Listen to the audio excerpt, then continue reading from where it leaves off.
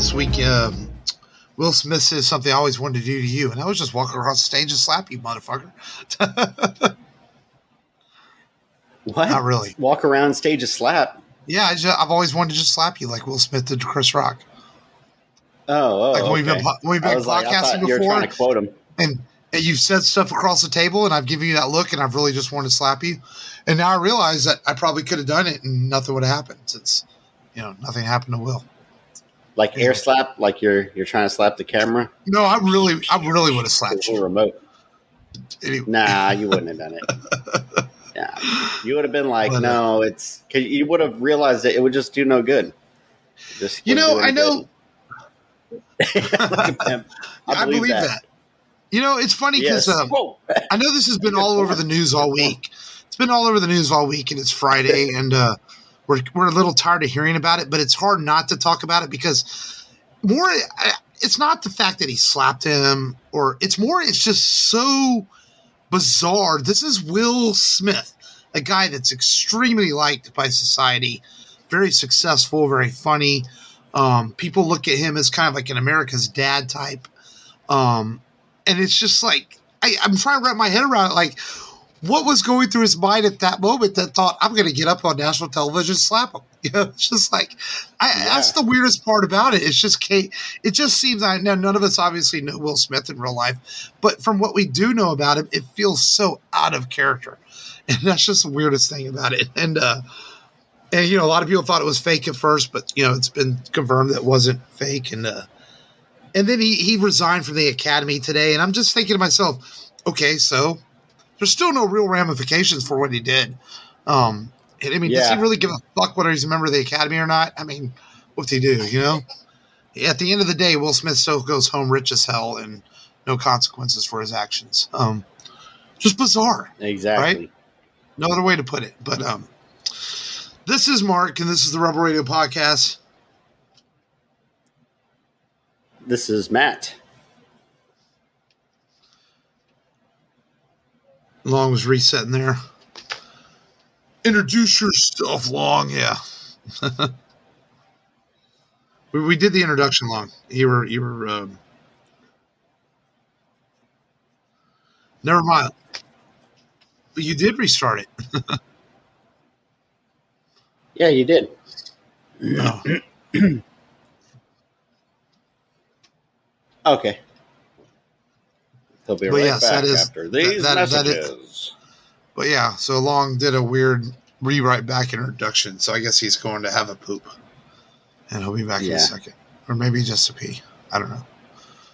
We'll call it whatever it depends. If he's back quick, it's number one. It could be a pee. It could be a pee poop. It could. There is a number 3, which we don't talk about a lot.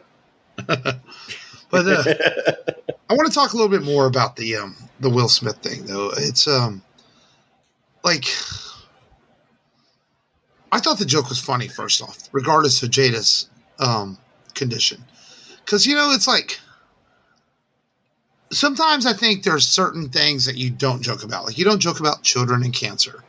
You don't joke about, well, nowadays with woke culture, you can't joke if somebody's a gay or lesbian or whatever. But I didn't think that Chris Rock's joke was like completely out of line. Nothing that he needed to be punched for. Will could have gone backstage. Will could have gone backstage and say, "Hey, man, that wasn't cool. The wife didn't like it. Talked about it." But instead, he chose to slap the motherfucker. Yeah. Long is back. I definitely think you just, quick, just a little. But yeah, it's definitely better. What's that? Just never mind, Long. Don't worry about it. On me. We're just messing with you. Yeah, we're just talking about how Will Smith should have handled it better. But he was laughing at first, and then Jada gave him that look. She's like, man, I'm gonna go get piped by some young people again. You better go up there and put some respect on my name. And that's when he went up there and slapped the rock out of Chris Rock. He was just Chris. West Philadelphia, born and raised. That's right, baby. To make it more awkward, 20 minutes later, he's winning an Oscar. I know, right? For what role? For Best Actor in King Richard. He played the the father of Venus and Serena Williams. Oh, okay. Yeah, and what's funny is, in all respect for Will, he's come a long way from being a rapper and the Fresh Prince of Bel-Air, and he's been nominated before. I thought he was really great in The Pursuit of Happiness several years ago. Maybe could have won for that. Yeah, he was really good in that really movie, good. and to go as far as he's come and to win an Oscar, and that's really cool that he did that. But unfortunately, he tarnished his career with the occurrence of this week, and I know he's apologized to Chris Rock since, and hopefully, it feels like Hollywood needs something else to happen now to move past this, because it's all they've talked about it for the last 5 days.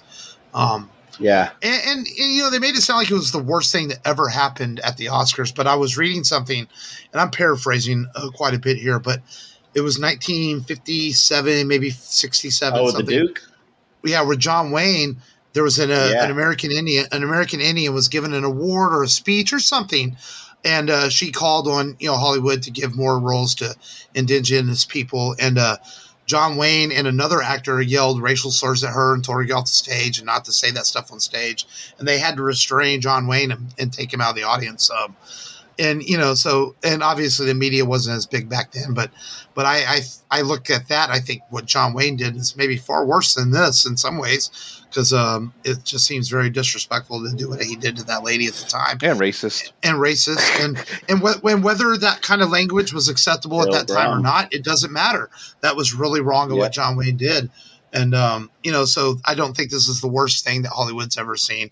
It's just an unfortunate incident between two men, and hopefully cooler heads prevail and Hollywood moves on from it soon. But oh well. How are you fellas this week? Long, I know you're not feeling real great, but you're hanging in there. Yo. Thanks for the words, Long. Thank you. Yeah. Matt, doing all right? Doing good? You doing good with your tribe called Childs over there with all the kids? Oh yeah. They're just, running around, all 5, 8, 9 of them, it's all good. Eating paint chips. Yeah. Regular fucking Brady Bunch over there. Oh man. All boys. While Matt's chucking apples at them. Like, apples, ouch. Like apples would hurt. That's what a real man does. Those 70s men. That's like, you ever hear Bill Burr and talk about his childhood? And he said, listen, he's like, oh, watching these kids nowadays talking back. He's like, you're just waiting for their parents to smack them. He's like, when I was a kid, my dad threw a glass of milk at my face. Hey, man. True story. My mom, because I talked back to her, threw a Tupperware cup at me through the bar, hit me right in the head. I had to go get stitches in my head. And the doctor asked what happened. Mom said he was mouthing off, and I threw a cup at him. And the doctor's like, well, you shouldn't have mouthed off. You do that nowadays, they're going to want to fucking call you CPS one. It's like, my mom threw a cup at me and caused me to get stitches. So, the times are changing. Man, Superman's got kryptonite, and then you got Tupperware. Oh, I have a weird – I forgot to – did I tell you guys – we recorded Saturday. Did I tell you about the guy at Rudy's? No. Oh man, not at all. So Waverly, who's 4, she has a fit coming out of Rudy's because she wanted candy, and I had already got her ice cream. I said, no, you can't. So she drops to the floor outside. So I pulled her arm up and I popped her little butt and said, let's go get in the car. So I'm getting in the car, and this guy pulls up and he's like, yo, man, why you beating on your kid, bro? I mean, I swear to God, he said bro 45 times in 30 seconds. I said, hey, let me worry about how I discipline my kids. She wasn't listening. I popped her in the butt. Yo, bro, do I need to call the cops, man? You don't go hit your kid. You don't beat on your kid, man. So I told the kids, like, hey, let's just get in the car. Let's get out of here. I know what this guy's doing. Then he circles around the parking lot like he's looking at me or something. And I'd leave and I went on, but it was just a really weird situation. Because, I mean, obviously I don't beat my kids. You guys know this. I pop their butt. I mean, kids need spankings now. And that's what's wrong with society now.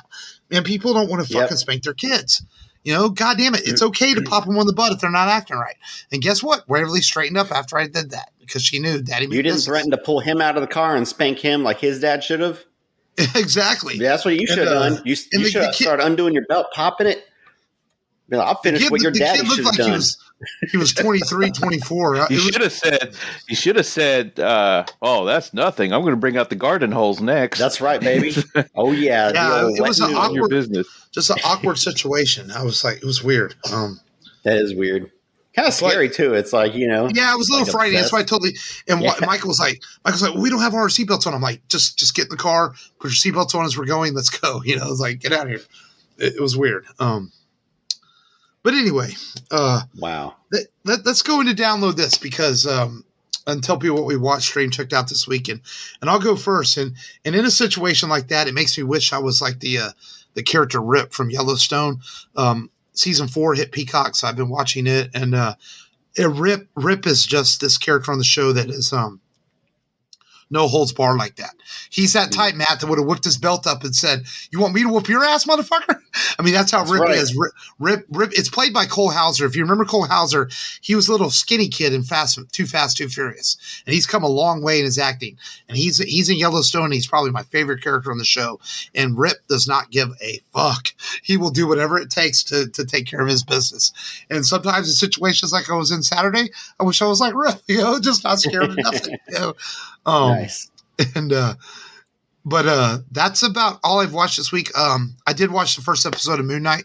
I don't know if you guys did too. We want to talk about all at once here in a minute. I did. But so we can save that for in a minute. But that's really all I had time to watch. The first 3 or 4 episodes of the latest season of Yellowstone, and then the first episode of Moon Knight. I watched that second episode of 1883. It's pretty intense. And then the marshal at the end going around shooting people. Yeah.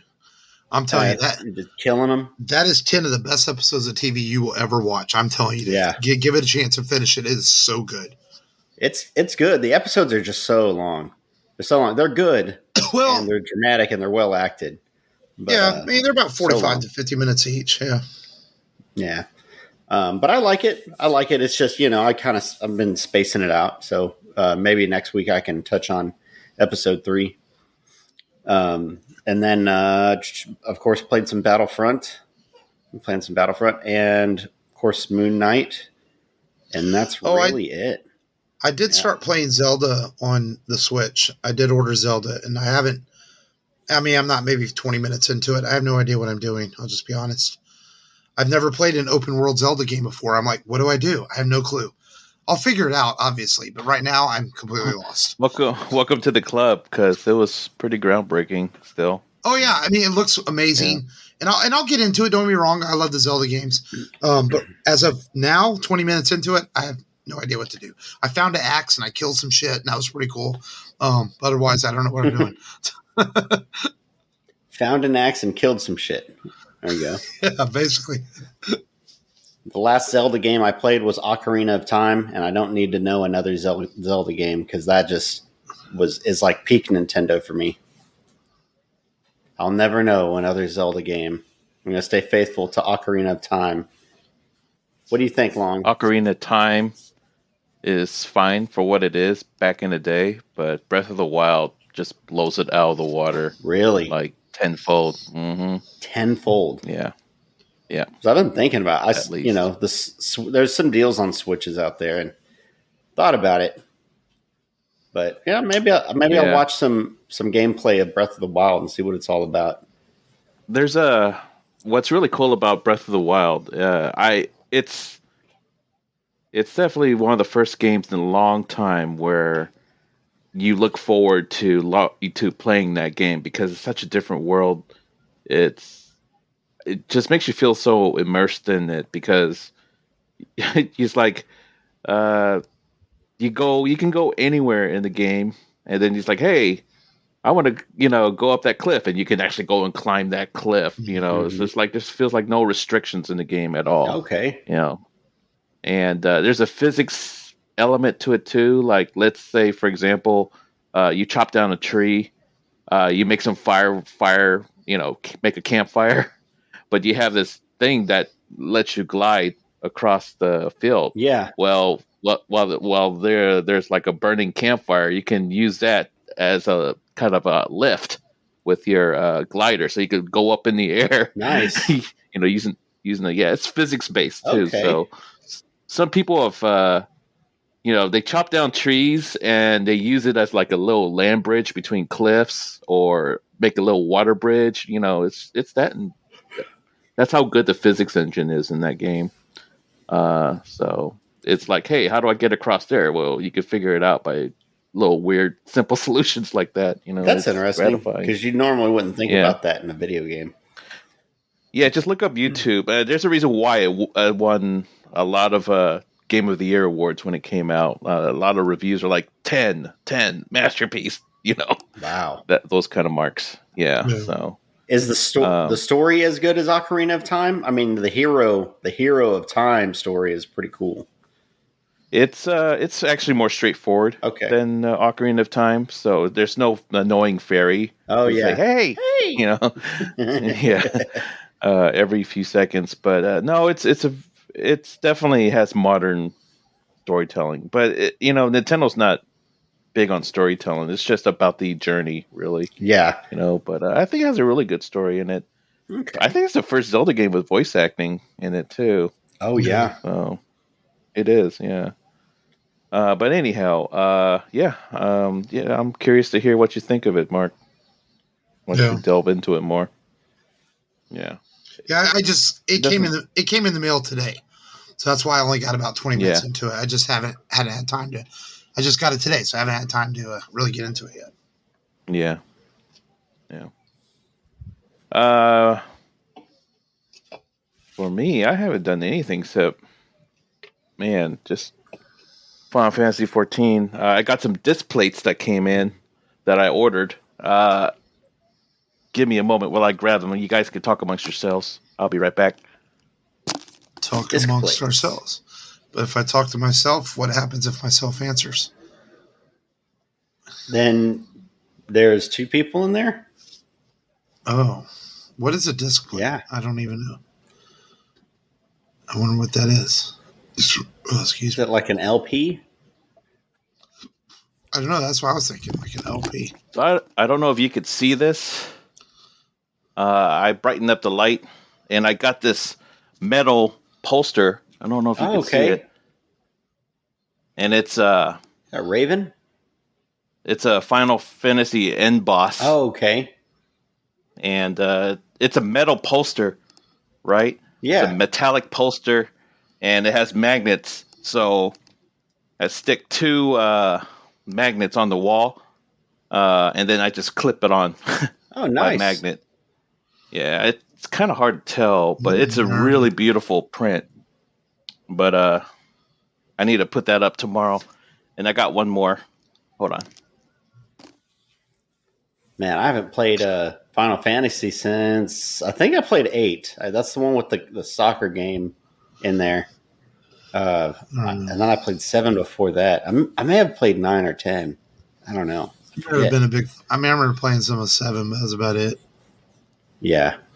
But never really a huge fan. And got something from the Fallout Nuka-Cola. Nice. What a nerd. Can you see? Yeah. That looks cool. I like that one. I really like how Coke-influenced retro look to it. Uh-huh. Oh, yeah. Nuka-Cola.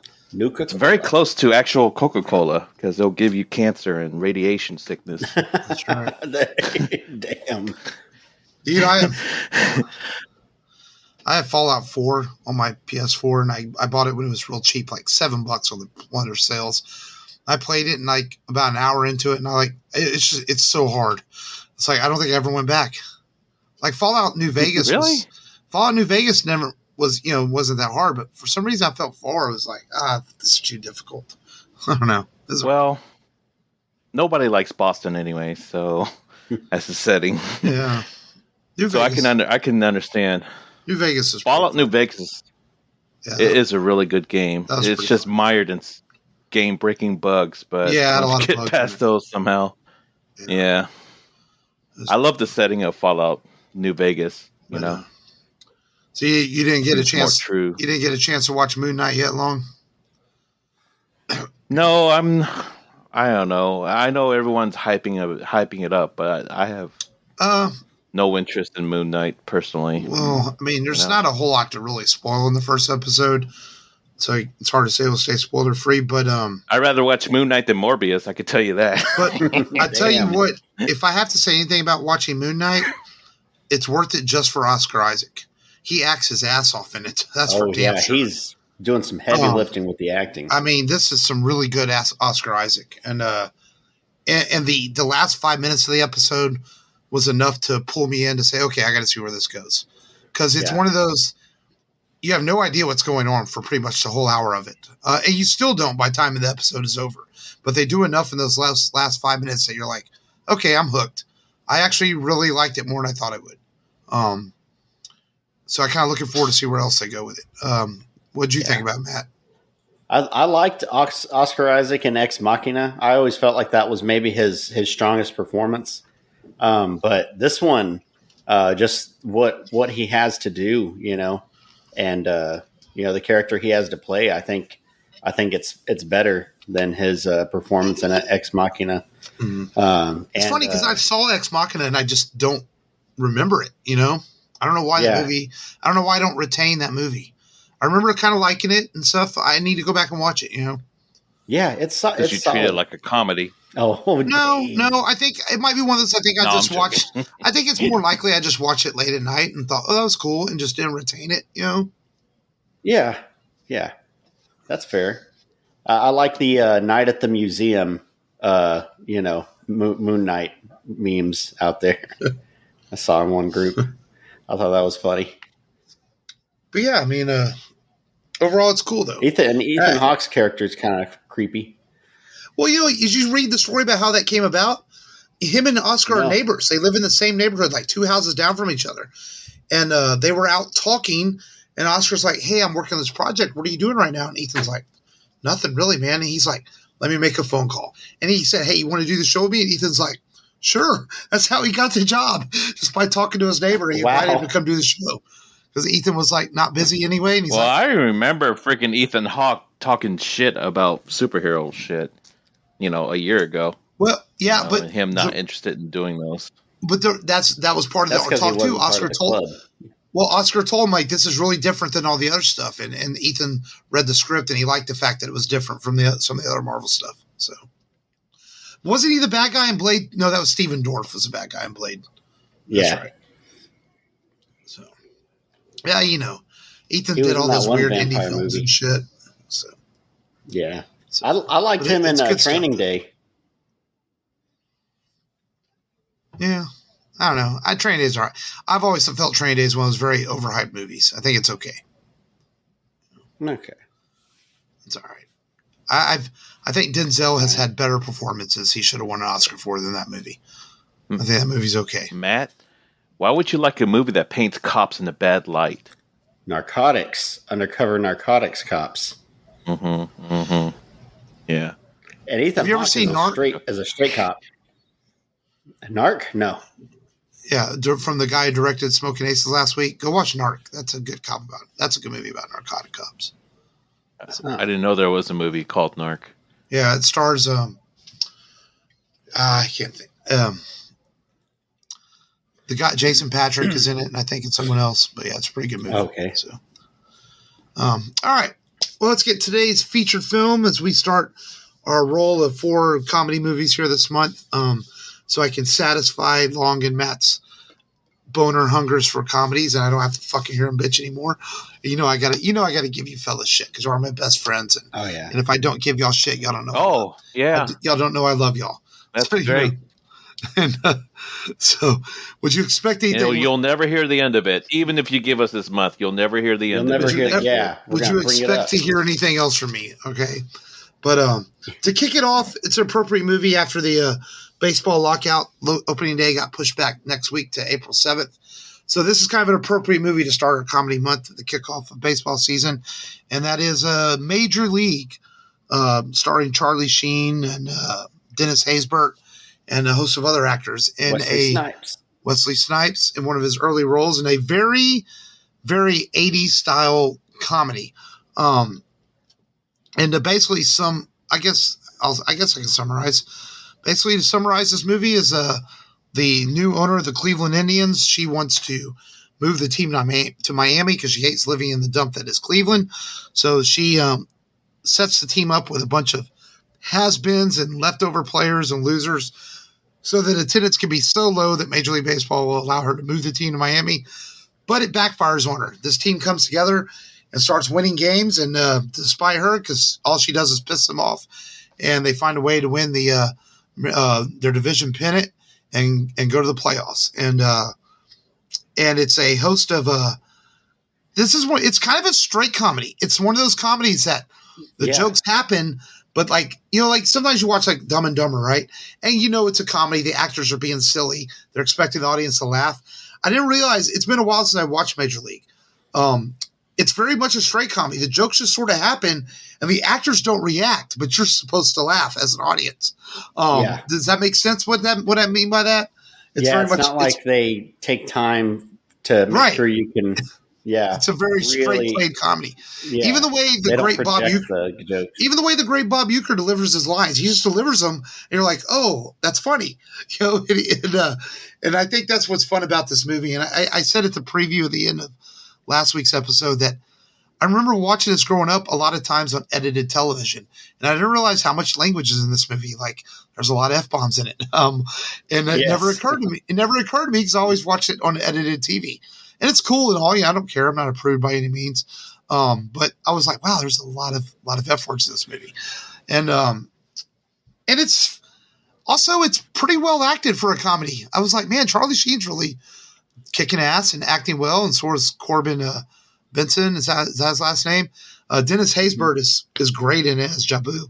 Corbin Burnson. He has a weird name. It doesn't flow off the tongue. And then and the Corbin Burnson, the guy who plays the Coach Lou, he was a character actor who was around for years, and he's really good in it. And it's just a fun baseball movie. Not my favorite baseball movie, but it's a fun one. What's some of your guys' early memories of watching Major League growing up? I first saw this movie while on the bus ride for a high school bus trip. And they put on Major League, and I'm like watching this. I've never seen it before, and I really enjoyed it. I recall it. It wasn't like wacky kind of a comedy. It was just kind of more of a dramedy, huh? In some ways, yeah. It's not very slapsticky. It's just more of a witty type of a humor. Mm-hmm. And then on the return trip from my Dallas trip back to Houston, we watched Major League 2, which I enjoyed more because I knew the characters more. But I thought the jokes were funnier. And but anyways, it's just more of a the third one. The third one is actually pretty good too. Back to the Minors, even though it was straight to video sequel. Scott Bakula was in it with I don't know if Tom Berenger was in it. There is, I think, Berenger and I want to say even Haysbert. There's like 3 people that came back for the third one. Yeah, but I thought that was an underrated movie personally. Better than Vegas Vacation 3 or something. But anyways, no, I really enjoyed the movie. I love how it was kind of an underdog story in it as well. And the owner is so greedy. It's like your typical owner mentality. Oh, let's just move this baseball team. Let's just suck the whole year. And so we can move to a better paying city and all that. And, but I enjoy this movie. Nice. Yeah. Go ahead, man, I know I saw this movie and I didn't remember much of it. I just remember Charlie Sheen pinging people. I did remember that. And then it turned out he just needed glasses. I'd forgotten why he even got glasses. But yeah, like you said, his film, for me, I think Bob steals the show. Bob's actually the announcer for the Milwaukee Brewers, right? Yeah. And I feel like the best lines come from him. The most memorable stuff for me comes from him. Even more so than the other actors. And but it's funny, man. It's funny, but it's also like like you said, has a lot of dramatic, storylines, just them wanting to win. Like, well, we're just going to win the whole damn thing. No, I don't care if you shut off our hot water. Let's got to quote it right. There's only one thing left to do: win the whole fucking thing. Yep, man. But it's. I enjoyed it a lot, and it was almost hard for me to, like you said, just realize that I'm watching a comedy most of the time, because it's so much more to me of this inspiring story of them saying, I don't care what you say my destiny is, I'm going to prove you wrong. And, just, giving a middle finger to their owner and, being fucking punk rock, man, and just going against the grain and flipping shit on its back, and you got some weird voodoo shit going on. He wants to sacrifice a chicken. Like, hold on, I'll handle this. And then he hands him a bucket of chicken from KFC or something. He's like, yeah, it's a whole chicken. Yeah. Just like you ordered. See? Yep. Yeah. And then, sorry. And what's funny is when they were filming this, a lot of the actors hardly ever had any baseball talent. So if you notice, there's a lot of scenes where they'll they shot things where they changed camera angles so they didn't have to throw the ball as far, because they said most of them had no skill. They did have a couple of baseball trainers on the film, like they do for most films, but the film was shot on such a tight schedule and tight budget that they didn't really have time to really teach them things properly. Like Wesley Snipes, they said, was absolutely terrible, had no skill at all, where some other people had some skills. They used about 20,000 extras to shoot this film, and it was shot at the old Milwaukee County Stadium in Milwaukee that filled in for Cleveland, and some of the exterior shots were shot at the Cleveland Stadium. And what's funny is both those stadiums don't even exist anymore. They've been replaced with new modern baseball stadiums. The director, David S. Ward, didn't even know that Bob Uecker was the announcer of the Brewers until after he met him and wanted to hire him for the film. Then he's like, oh, really? He goes, yeah, I call baseball games for real. And he's like, wow, okay. And I'm curious. I couldn't find any information. I really wonder if they let Uecker improvise some of his lines, because it would be funny if he did. Because, obviously everyone's like, it's just a bit outside, which is, I think, even been quoted by even announcers today. They quote that in real baseball games.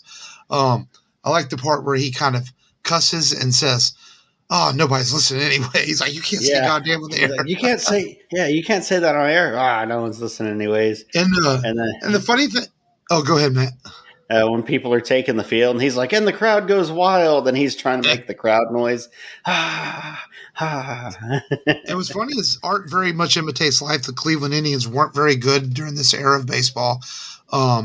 When they got good in the 90s, this movie became kind of a rallying cry for them. It was an influence for the Indians as far as getting bigger. And that's another funny thing. As we go into the 2022 baseball season, they're no longer the Cleveland Indians. They're changing their name to the Cleveland Guardians, which is so bizarre to me, because now in this current woke culture we're in, Indians apparently is racist, which strangely it isn't, because even American Indians have adapted that name over the years, and they even call themselves Indians. But you have a vocal minority that has allowed this to happen. Now, I totally got Redskins in football, because Redskins was definitely more of a racial term. But Indians, Braves, Chiefs were all accepted terms, but now they're going to be called the Cleveland Guardians. And the weird thing about watching this movie is it's all over the movie. Harry Doyle, Bob Uecker's character, says things like the Chief Wahoo tribe, and he says some of these kind of racist things in this movie that aren't blatantly racist, but based on today's culture, it's like, wow, is he really supposed to say that stuff? And it's all over this film as you're watching it, and that kind of stood out to me a little bit. Yeah, and you have all the headdresses, people wearing headdresses in the by white people. Yes. Yeah. But it's not done in a derogatory way. No. I mean, it's just... That's my point. Yeah, it's really not. Exactly. But here 30 years later, all of a sudden it's all considered derogatory, this kind of stuff. But yet it had been there in our culture for many years, because the Indians are an old baseball team. They've been around a long time. And now all of a sudden in 2020s, you can't call them Indians anymore. It's like, what? Yeah. Well, I mean, the Washington Redskins is definitely a more blatant example, right? Yes. But Cleveland Indians and Atlanta Braves, it's just, it's not as blatant as Redskins. Right. Chicago Blackhawks. Yeah, and I think that makes Major League unique in that sense that we now have this piece of cinema history that initially celebrates the Cleveland Indians and who they were, and as a underdog baseball team that they did become a very good baseball team in the early 90s and the 2000s, won some divisions, went to a couple World Series. I don't think they won one, but they went to a couple of them. I think now the Cubs won in 2016. I think the Indians are now the oldest Major League Baseball franchise without a World Series victory, I believe, if I remember correctly. So they still haven't won one yet, but they have made it to the series a couple times. But Major League is this piece of history, though, that celebrates Cleveland Indians, even with all their possibly racial undertones. And I say possibly because some people might think that, even though I don't agree with it. But we don't want to upset woke culture now, do we? Hey, teach their own. Proverbs 20:21, as Wade, Ben Wade said in 3:10 to Yuma, every man is right in his own mind. I guess so. That's great, Matt. Yeah. I'm not sure what, yeah. Well, it's basically to each their own, but, biblical. And it's Russell Crowe, come on. Right. It's appropriate to quote Russell Crowe. But hey, their budget, you talked about their budget, keeping tight budget, $11 million. They almost made it back that first weekend. It was like almost $9 million they made back that first weekend. Pretty darn successful movie. Yeah, the movie was very successful. It became a hit at the box office and home video. Strangely, the sequel didn't come out till almost 5 years later, which was kind of odd, considering how successful it was. But it did do well at the box office. It's become kind of a modern baseball classic over the years. Like I said, I enjoyed it. It's not my favorite baseball movie. I'm probably going to probably pick The Sandlot, Field of Dreams, or even Bull Durham, even 42, the Jackie Robinson story. All those movies I think are a better film than this movie, but I still enjoy Major League. It's fun to watch. I enjoyed rewatching it this week. I hadn't watched it in a long time. And it's just a fun kind of goofy movie, but like I said, a little bit of dramedy in there too. Some of the subplots with Tom Berenger's character and his ex-flame, trying to get it back on with her, some stuff like that in the movie, and little drama, a bit stalkery, but yeah, a little drama with Corbin Burnsen's character and his wife, and she goes and gives Rick Vaughn some business and to get revenge on him because she sees him on TV with some other women. So there's a little dramedy in there. And Rick Vaughn's character, the Wild Thing, went on to influence Philadelphia Phillies pitcher Rich Williams, I think it was, back in the 90s. I remember him. He was considered the Wild Thing. Cubs and Phillies. Yeah, he pitched for a few teams. But yeah. But overall, though, I think Major League's a good watch. It's fun. Enjoyable. Kind of inspiring. A little bit, yeah. I mean, everyone likes a good rebellion story, Yeah, I think it's more of I would say it's more of a rebellion story than an underdog inspiring story. The reason why is because, like, a lot of underdog stories are more dramatic and stuff from the beginning, where this is more a design underdog movie. That may sound really weird, Like, from the beginning of the movie what you're getting into with this, where, like, if you watch an underdog story like Remember the Titans, you're not sure where it's going to end. It's more build-up drama. Where this is more, the story's more set up for what's going to happen. But I think I'd give it probably a pretty solid B. I think it's a fun movie. Holds up pretty well. Yeah. 30 years later. Solid B. I agree. Yeah. Real quick, before we get into Duel Nerds, what is y'all's favorite baseball movies? Ooh. I absolutely adore Field of Dreams. Is one of my all-time favorite movies, not just baseball movies. In recent years, I really like 42. I think 42 is fantastic.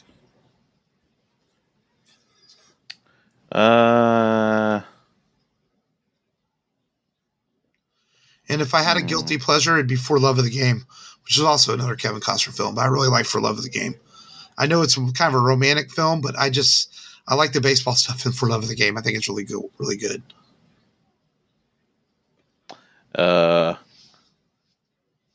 I know I'm an idiot, but I like the third act of The Naked Gun baseball scene. Nice. That's not a baseball movie. I don't give a fuck. It's baseball enough for me. I love it. It's my favorite baseball scene or act. Cheater. No, it's not. I love it. Man, I safe. He was out. Safe. Out. No. I really like 61. I don't know if it's I've got a lot of ones that I like. I don't know if I can pinpoint a favorite. But I will say favorite guilty pleasure of mine is Rookie of the Year.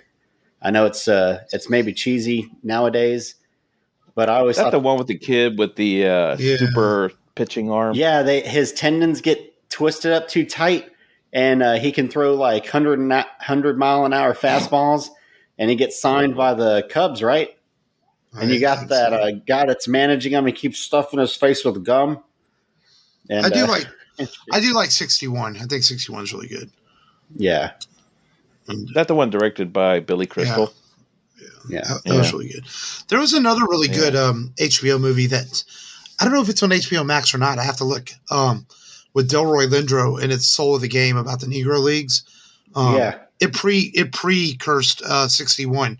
And it went back when HBO used to their original movies, and Soul of the Game is really good too. That's worth the watch if you've never seen Delroy Lindo. So, I can't wait to watch the any baseball movie that talks about that's an expose on the Astros cheating scandal. Oh yeah, it'll happen. Oh, Moneyball. Moneyball's a great movie. It really is a really good movie. I like Jonah Hill in that movie. Everyone: Brad Pitt, Jonah Hill, Philip Seymour Hoffman, even Chris. Fucking Guardians of the Galaxy guy. He's in it. That's a really good movie, overall. What's weird is Bobby Kotick is in it, the CEO of Activision Blizzard. Oh, yeah. He has a cameo as an owner, as the owner of the Oakland A's. Yeah, and he's recently resigned from Activision Blizzard because he was caught threatening people's lives if they talked to reporters about sexual harassment. And wow. Yeah, it's like, ugh. So, man. A lot of gamers would know about it. Yeah. So, anyways, no, I want to answer your question. What my favorite baseball movie was, The Sandlot's an easy one to go to. Yeah. Gosh, I know there's one in there. I've never seen Field of Dreams. Ever. You've never? I've always heard about it. What about Angels in the Outfield? No, that was too ridiculous for me to watch. Yeah. I know Christopher Lloyd's in it, but I never Backtrack. You've never seen Field of Dreams? No, I haven't. Right. That's going to go on the docket sometimes this summer now. You have to watch that movie. Okay. Yeah. Fair enough. In A League of Their Own? No, I've never seen that movie either, What? Funny enough. I like A League of Her Own, but I don't love it. Like, I think it's a fun movie, but... One. Yeah, my biggest problem with League of Their Own is I'm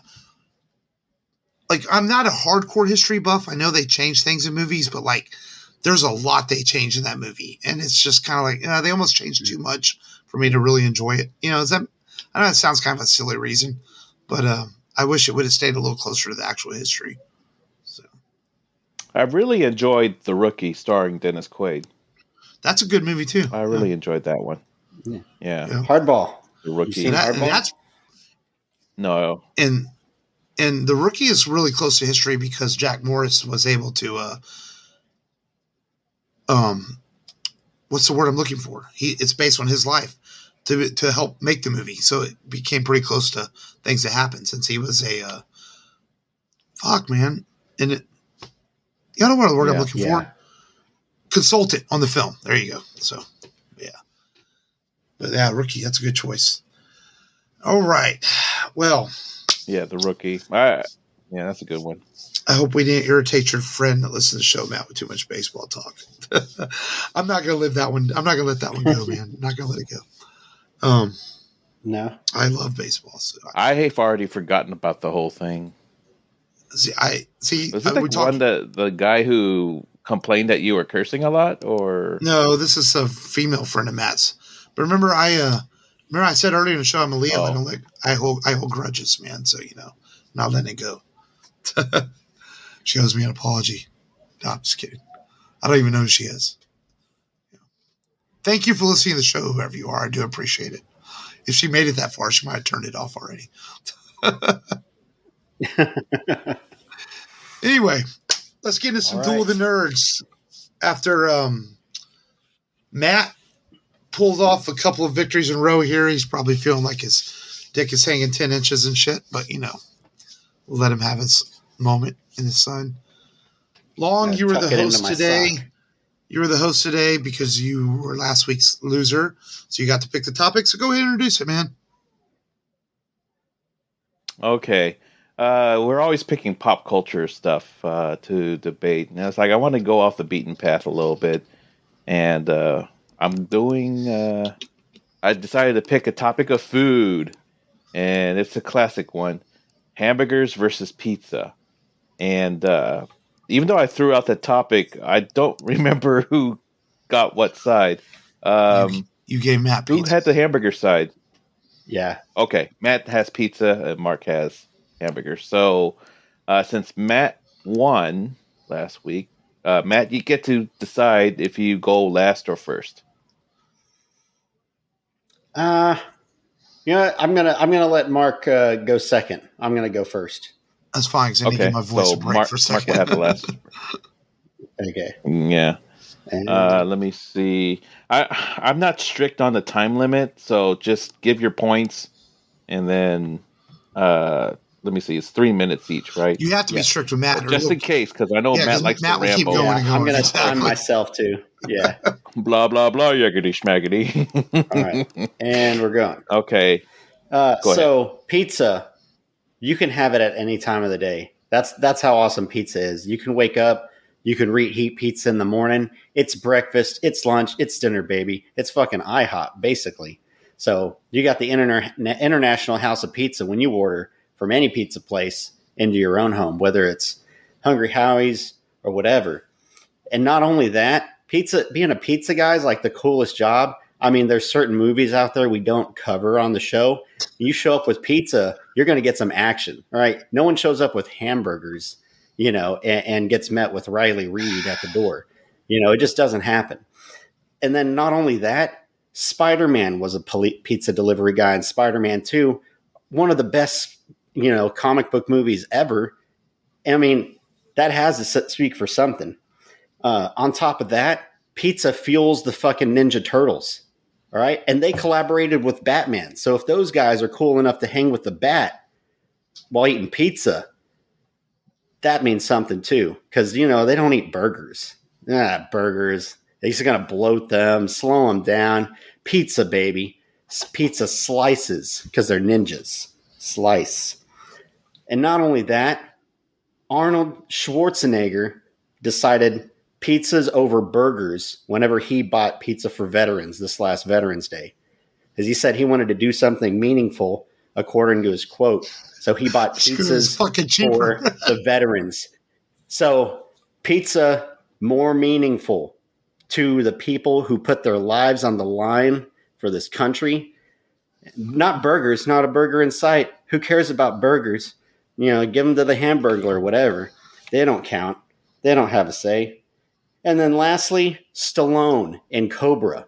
He felt like he had to make a scene about eating pizza while cleaning a gun because pizza's awesome. Pizza goes with guns too. So you got 1 minute warning. Yeah. So you got a fucking hitman Stallone, larger than life guy. You got Arnold Schwarzenegger, larger than life guy, acknowledging how awesome pizza is. Fucking Spider-Man, Tobey Maguire, the Michael Keaton of the role, basically. Acknowledging pizza. The Ninja Turtles, man, this thing is loaded. Have it at any time of the day.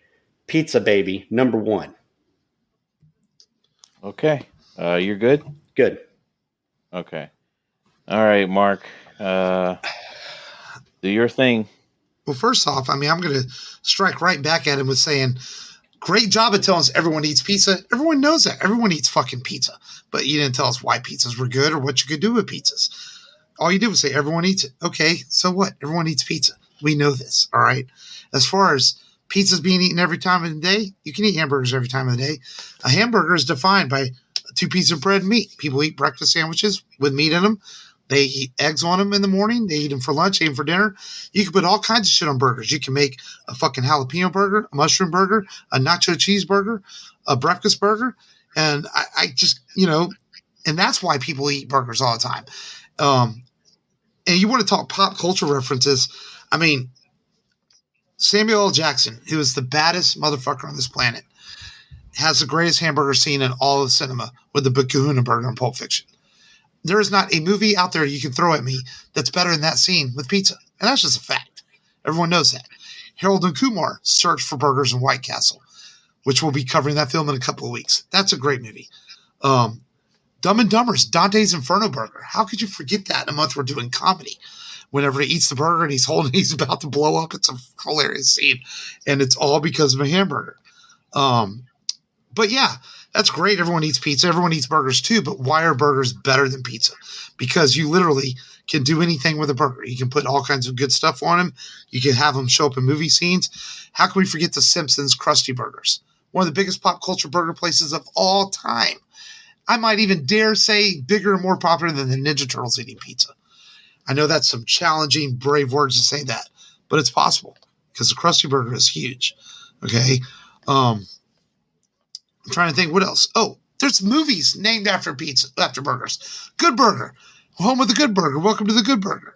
There's a movie called Hamburger the Movie. I don't think there's a movie called Pizza the Movie, but there's a movie called Hamburger and Good Burger. There's a television show, Bob's Burgers, based on burgers. Okay, and it's funny and hilarious. So pizza has a nice run. It's popular. Everyone eats it. I don't know anybody doesn't like pizza.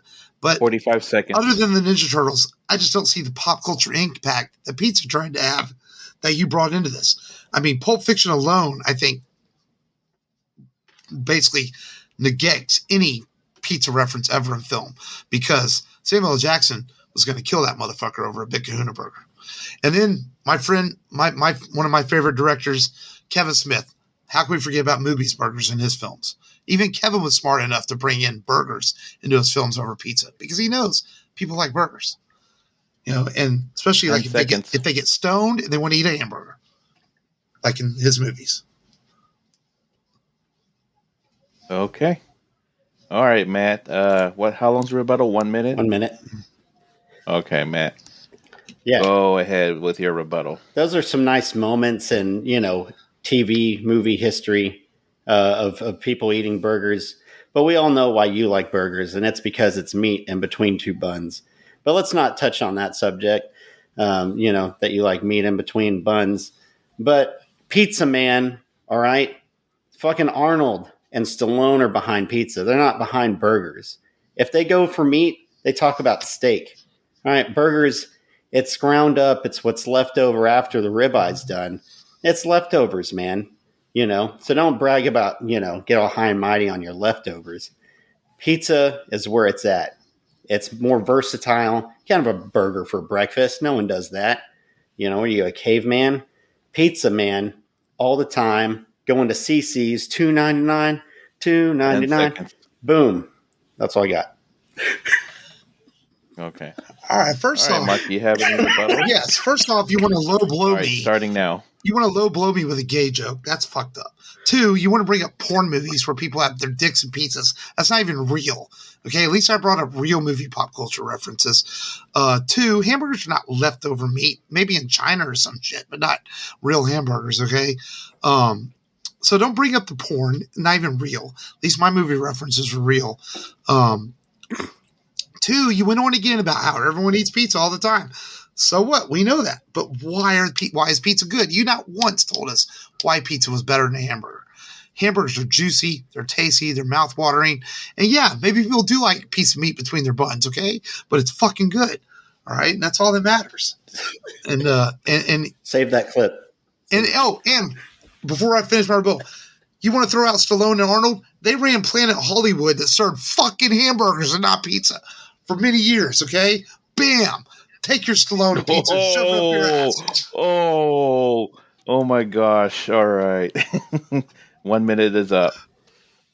Oof. Okay, Matt. Man, you came out strong with the pizza, and you came out strong with it's versatile. You could eat it any time of the day, and it's like, oh yeah.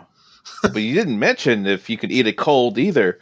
So you could eat pizza cold. There's weird people out there that likes to eat cold pizza. I've done it every once in a while. Yeah. Then you kind of lost me with the whole celebrity thing, eating pizza. Although you could have went with the Ninja Turtles about, kind of popularizing the Domino's pizza less than half an hour or free type of deal. You should have went that. Probably should have elaborated with that. Yeah. But other than that, solid. Mark, you came out swinging too.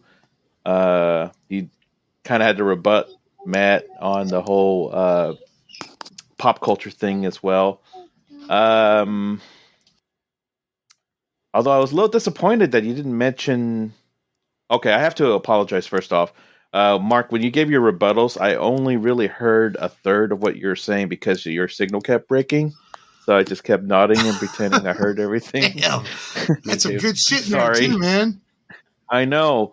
Matt, did you get all of his response? Here and there. He was talking about, I got the Samuel L. Jackson stuff. I got the Samuel L. Jackson stuff, I heard Good Burger, and I'm like, okay, he's talking about Good Burger. I heard Good Burger, and but did you mention the Hamburglar for McDonald's? I didn't mention the Hamburglar, but no, I was trying to stick with real burgers here, not McDonald's. But I don't recall you mentioning that hamburgers can be used during Memorial Day and 4th of July to kind of beat out on Matt on the whole cultural aspect of it too. But yeah, Good Burger. But I'm gonna have to give this one to Matt. Unfortunately, he went out solid. But man, this is a tough one because you really gave a really good rebuttal on Matt's mentioning of Schwarzenegger and Stallone, and then Planet Hollywood. I know. I thought I had it sealed right there, man. More often, you actually, you know what? Now that I think about it. You kind of grabbed Matt's pop culture argument, tied it up in the nice little bow, and gave it back to him with they don't serve pizza at Planet Hollywood. So, oh man, I'm sorry, dude, but I think we're gonna have to give Mark this one. You're gonna Indian give? Yeah, well, while I just remembered that point. I'm sorry. I should have known. I'm sorry, Matt, but you get your revenge next week as a judge. And well, you shouldn't get your revenge as a judge, you know. Yeah, that's I was. I was. You're like, I was. I got some bias. I don't care. No, I'm joking. No. I mean, no. He grabbed all of your celebrity arguments, and then he kind of threw it back at you in a really big wallop with that last point, though. Two of them. Yeah. Yeah. But don't worry, Matt. You'll have your chance. Yeah. Hey, you can't win them all. All right, Mark. You won this week. You're just making Mark into Thanos. You got five ones. Oh, don't pick a good topic next week, Matt. Yeah, I'll come back, swing. I'll win one of these things one of these days. Now you've made me think of other things that we could use. You know, I'm trying to think about the. Yes, that's why I picked this topic. It doesn't have to be like geeky pop culture all the time. Dogs versus cats. Yeah. Matt never thinks out of the box. Like that. Matt always stays in the box. I was going to do that, but it's kind of like, well, you have to own both animals in order to make the argument. That's true. Because I know Mark's a dog person, so that wouldn't be fair to him. Oh yeah, really. Unless Matt owned a cat, and then have you ever owned cats, Matt? I have, but not for long. Okay, usually just taking in strays. Yeah, just in passing until they find a better home. So but pick a good topic, Matt. Any kind of debatable topic, Don't touch politics. Oh, of course not. No. But yeah. And the news. Well, let's do some news. There we go, Mark. Out of here. No victory speech. No, I'm joking. No.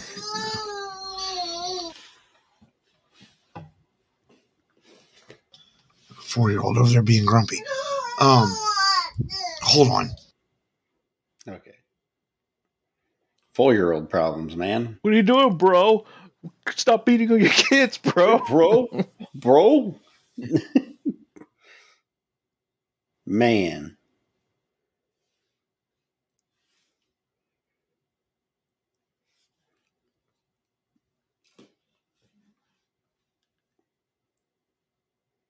I almost played this, be like, Arnold has a pizza shop. Hello, you've reached Arnold's Pizza Shop. I'm not here now. I'm out killing pepperoni. If you want to reach me, if you want a pizza, I don't care, because I'm not here. Can't you realize that, idiot? But if you need a pizza sometime during the next few days... You know what Mark should have mentioned? What? That in this debate, he should have mentioned the greatest drunk video ever. Oh, with the Hasselhoff eating. Oh my god, dude! He would have decimated me if he would have brought that up. Matt, hey Mark, you know what would really seal Matt's fate if he had mentioned the greatest drunk video that went viral. Oh, you heard? He's like, you should have mentioned the Hasselhoff. That would have really locked it in. Yeah, and then you would have been like, you can't rebuke that because no one hassles the Hoff. All right, Matt. Okay, it's hard enough to find this edit. Okay, now I got to find where this is at. All right. I don't know why she wanted to have a fit. I'm drunk.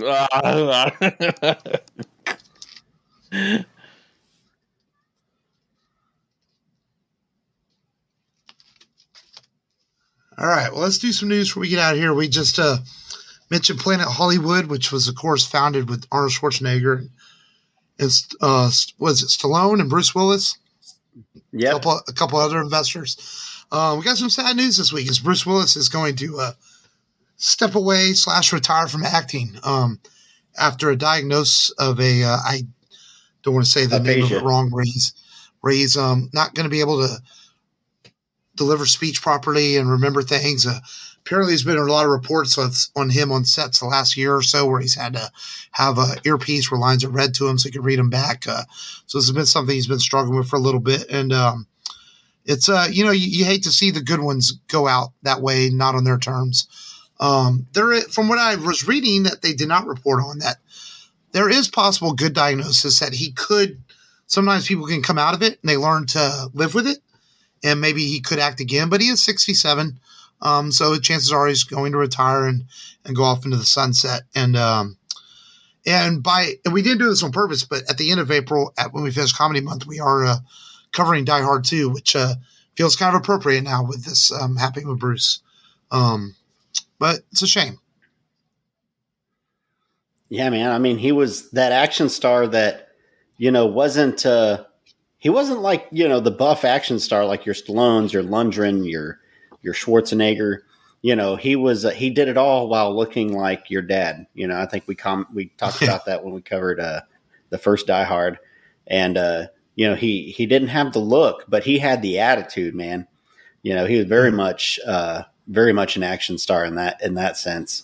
And, man, even the Razzies have taken back some Razzies that they've awarded to him over the last year or so because of that. So, he's become a paycheck actor. Yeah. And, yeah. But I think if I have a favorite, we had him for what we had him. I think if I have a favorite Bruce Willis movie, it's not Die Hard. It's probably easily The Fifth Element for me. I really like that science fiction movie. Yeah. Now I'm actually looking through a couple of YouTube channels that were making fun of Bruce Willis's bargain bin videos as of late, and seeing if they made a comment about, oh dang, now we feel bad about making these films. Right.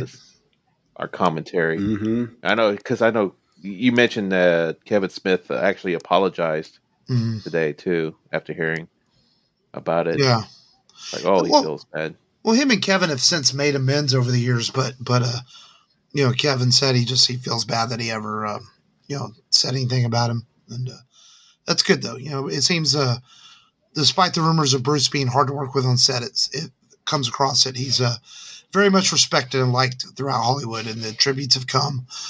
Speaking of Arnold, a lot of people were surprised that Arnold has not released a statement yet.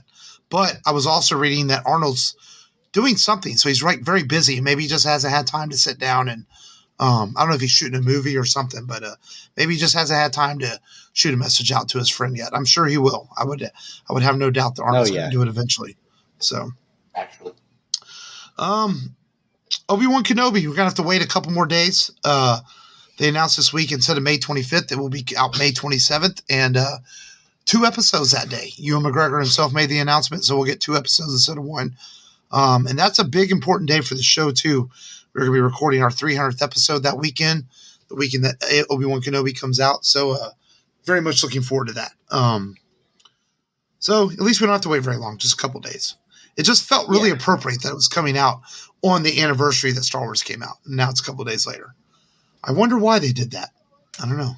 It was almost strategic. Well, it's like you could see like if it was 2 weeks, but like why 2 days? What's going to be different in 2 days, I don't know. 2 weeks. Fans of It, HBO Max is developing a prequel for the character of Pennywise. So if you're into that stuff, you can look forward to HBO Max. I am not and don't care. I know, Matt, you're kind of into that horror stuff, but I never even watched part 2 because the first movie sucked so bad. So I will never watch part 2. So I'm okay with that. I think it was a dud at the box office too, like $127 million. It's horrible. And Game of Thrones fans, your House of the Dragon prequel is coming out in August. So the prequel that seems to have a lot of fan backlash against it because nobody asked for it. But it's coming, whether you want it or not. I thought they had canned it. Is there another spinoff they can, maybe? So they're doing a prequel. There's something else they can't. I can't keep track. There were a lot. Yeah. There were a lot. A lot of fans are hoping that they just redo the last season to make it right. And then, yeah, who knows? And then I thought maybe this was an April Fool's joke today, but it's not. The day after the anniversary of Brandon Lee's death, Rupert Sanders, director, announced that the Crow remake is still in development, apparently with Bill Skarsgård, who played Pennywise, as Eric Draven.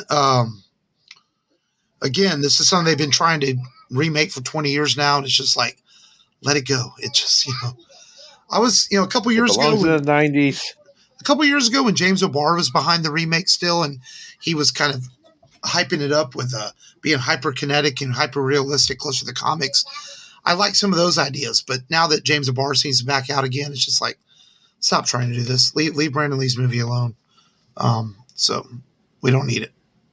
But we'll see. Maybe this one will fall through too. Yeah. That's all the news I got. Next week, we continue our comedy month. Going to talk a Mel Brooks classic, which it's not the one. I think people that listen to the Rubber Radio podcast and know how big Star Wars fans they would think immediately it's Spaceballs. But no, it's not.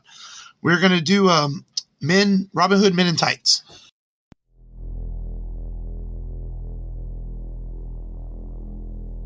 When the system failed him, he had to make his own law, his own justice, his way.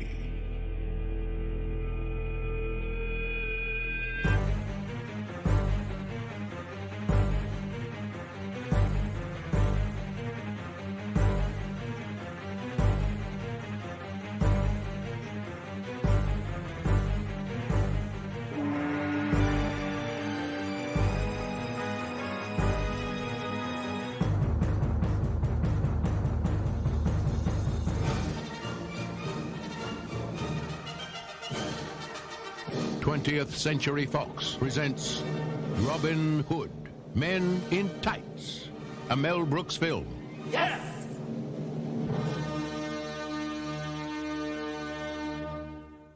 I've only seen like one time, I'll be honest. So yeah, I don't really remember a lot of it. It's on Hulu, I believe. If Dave Chappelle, I know Patrick Stewart's in it. And Dave Chappelle, yeah, I know some of you are in it. But it's on Hulu if you want to watch along with us. So that's next week as our comedy month continues with Robin Hood, Men in Tights. I give you guys a hard time about fucking comedies and stuff, but I'm looking forward to watching this one. You know, it'll be fun because I've only seen it one time. It's Men in Tights. You deserve to lose today. That's all I'm going to say. You deserved it. I'm glad Long was the Indian giver. Motherfucker. And on that note, this has been the Rebel Radio Podcast. Go to therebelradiopodcast.com for all your Rebel Radio needs. Follow us on Facebook and Twitter and all that good stuff. And continue to be safe out there. And thank you for listening. This has been Mark. This has been Matt. This is Long. Until next time, remember, as always, just go there and do it. Just go there and do it.